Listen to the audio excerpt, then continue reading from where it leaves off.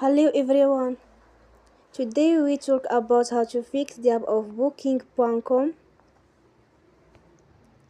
We will go to settings, then we click on apps. After that we will search the app Booking.com and we click. Then you will on for stop. After that we will go to storage.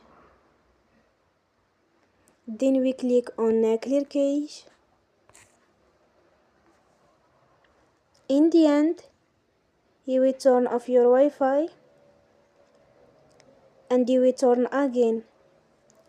Don't forget to support us by like and subscribe.